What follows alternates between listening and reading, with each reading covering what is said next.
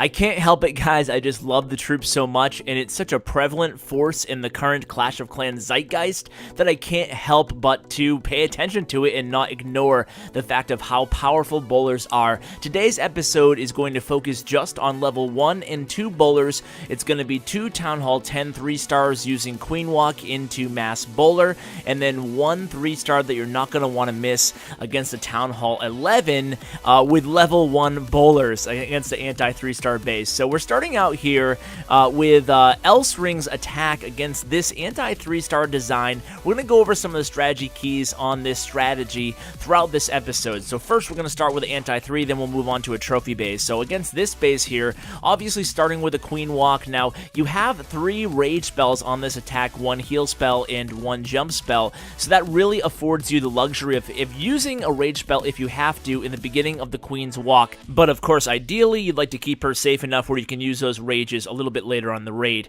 Now, understanding bowler AI and funneling is very tough. Bowler AI is crazy, and funneling, they tend to get really easily off track, so it's absolutely pivotal that you establish a really obvious, nice funnel into the core of the base. Now, spell selection and timing is also very critical, either in Town Hall 8, 9, 10, or 11 using bowlers in the Clan Castle in 8 and 9. So let's talk about the spells real quickly here. So first of all, why the heal spell? You can see that Ring used 2 rage spells really early on in this attack on the bowlers, and then he also used a heal spell as soon as the bowlers started engaging the first Inferno Tower. That's because once they target that Inferno Tower, they're going to take it down within a matter of 3 to 4 seconds, and then that heal spell will actually linger, 6-second duration or so. That heal spell lingering will heal them back up to full health in time to fight that second Inferno Tower. Now, when to use a bowler walk versus a Queen Walk? Well, in my opinion, it's really all about spells, right? So bowler walk does have its advantages and its disadvantages, and in my mind, the disadvantages slightly outweigh the advantages. In a perfect scenario, in the perfect world, I'd prefer to use a Queen Walk as opposed to a bowler walk because it's much easier to predict the Queen's AI on a walk. However, 2 reasons you might want to use a bowler walk instead of a Queen Walk is 1, if you need 2 jump spells to access the entire base, if you can't use wall breakers for whatever reason, or it's a really tough area that you're entering the base from, and number 2, if your queen is too low level to successfully walk against a really solid base. So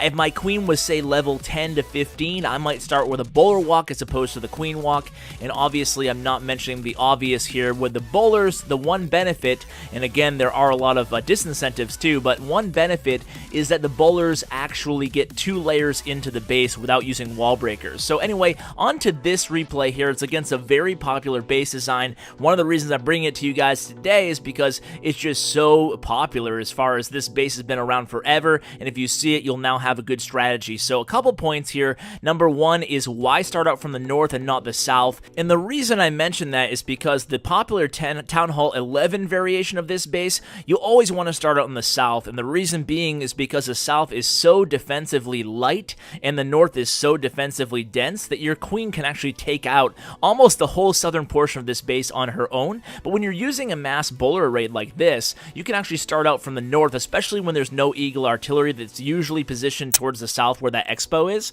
But you can go ahead and start from the north, use a rage spell on your queen, and again, if your queen is low level, you can go ahead and use bowlers instead, and they'll clear out the northwest section of that top compartment, and then it creates a nice easy funnel for your bowlers to come through and basically steamroll that core of the base with both of the Inferno Towers. Now you do want to use, Redwood does not use a heal spell here, but I would actually still use a heal spell, especially if one of the Infernos is set to single target. That way you can heal after the multi-target is down. All your bowlers would be alive, and he might not be down to just the queen at the end here. But as I said in the beginning, the queen at the end is not a big deal against this base because the bottom is so defensively light. Now I did want to touch on, before we get to this awesome replay here, I did want to touch on the fact that he spread out his bowlers when he engaged that last base on the attack, and the reason I wanted to bring that up is because bowlers have a great ability, even though they're so unpredictable AI-wise. If you spread them out before you drop a jump spell and then you drop a jump spell,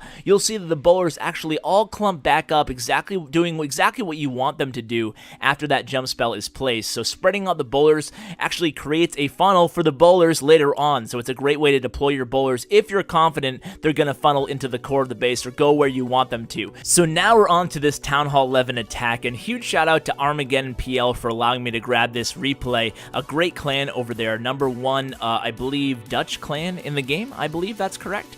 And anyway, what I really wanted to focus on this raid is obviously the bowlers. They're only level 1. I can't believe they 3-starred a totally maxed out basic, except for the cannon levels. And it was with level 1 bowlers. It just goes to show how powerful bowlers are in the game right now. And it's funny, you know, in the comments in the recent videos, a few people have pointed out that I was the only one using bowlers in my sneak peek videos.